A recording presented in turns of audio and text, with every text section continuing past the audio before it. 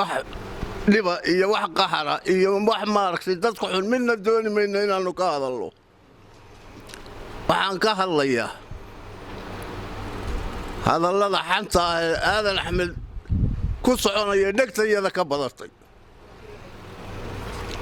laascaanood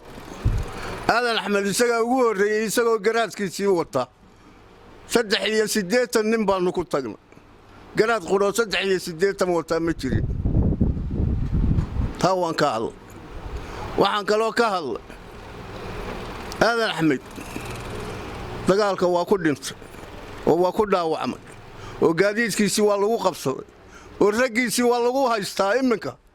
haddana waxaa la leeyahay aadan axmed kuma jiro war ma aadan axmed kalaad sheegaysaan miyayna annaga ahayn waxaad sheegaysaan miyuna aadan axmed ahayn waxaad sheegaysaan waxaan idiin sheegayaa halka aad ka hadlaysaan waa fahmaynaa aadan axmed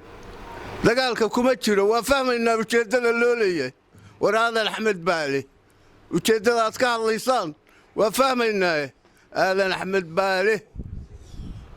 garaadkaa leh iyagaa khuseeya cidna kala tashan maayaan cidina ugu talin mayso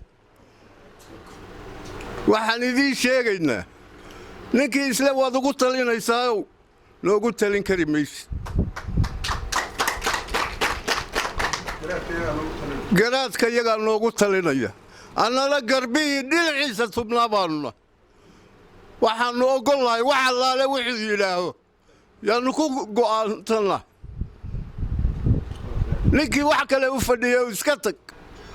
waxba yaan laysxaman waxba yaan wax kale la sheegin war anigu hadalka waxaan kaga baxayaa war hubku gees marka laga eego waa hub dhulbahante gees marka laga eego waa hub dhulbahanto wixii ku yimaada waa difaacaya gees marka laga eegana waa hub aadan axmed kama dhexeeya dadka aadan axmed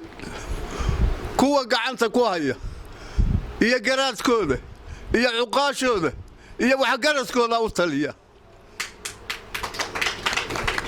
cid kale uma taliso waxaan idiin sheegaynaa aadan axmed wuxuu ka yeelaya isagayuu taallaa wuu u tashanayaa ninka yidhaaha dagaalka kuma jirowna waa yeelka hubkan hubkii ka badnaaba waa jiraa kii ka badnaaba ee xeradan ka tegayba waa jiraa hadalka waxaan kaga baxaya